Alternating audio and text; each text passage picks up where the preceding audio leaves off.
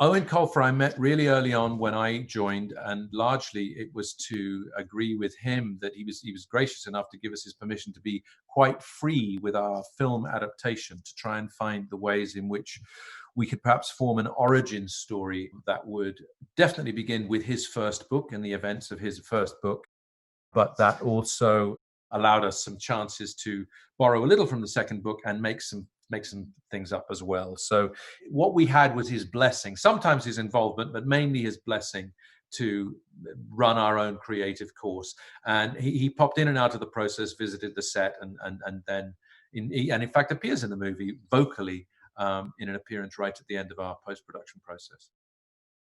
Keeping people connected to Artemis's personality as a first-time character in a complex story, and then interweaving the two worlds, the world of Artemis in present-day Ireland in Fowl Manor, and the underground world of Haven City, where the fairies live. And in those two worlds, how often do you go backwards and forwards from one to the other?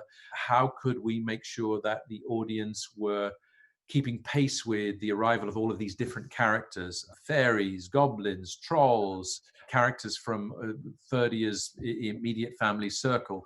It was finding a clear way through that, not being too complicated, but being complex enough to keep people's interest. So it was a balance that had to be found. I guess that was the biggest challenge. Lucy Bevan, our casting director, began a search that was worldwide, actually. We knew it was a big ask for a young man, 11, 12 years, to carry a picture as he had to. Eventually, it was Ireland, really, that we focused on. 1,200 boys in Ireland were seen.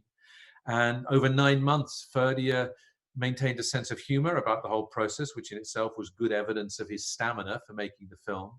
And we knew him to be a passionate enthusiast for the books themselves. He was encyclopedic in his knowledge of the character, and he was open to all our tests of his physical dexterity and his acting performance, his ability to cope with sharing the screen with Judi Dench or Josh Gad or whatever.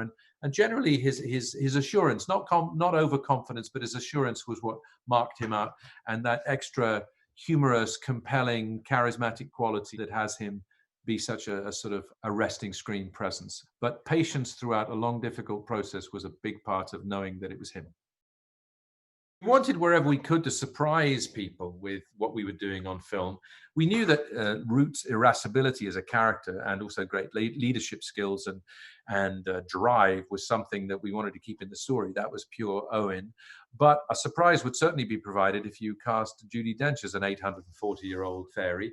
She loves surprising the audience, doing parts that she's never done before. And when we asked her to do this, she loved and relished the idea of how very different it was. An Irish accent, pixie ears, green uniform, and the capacity to pilot your own flying machines. She found that irresistible.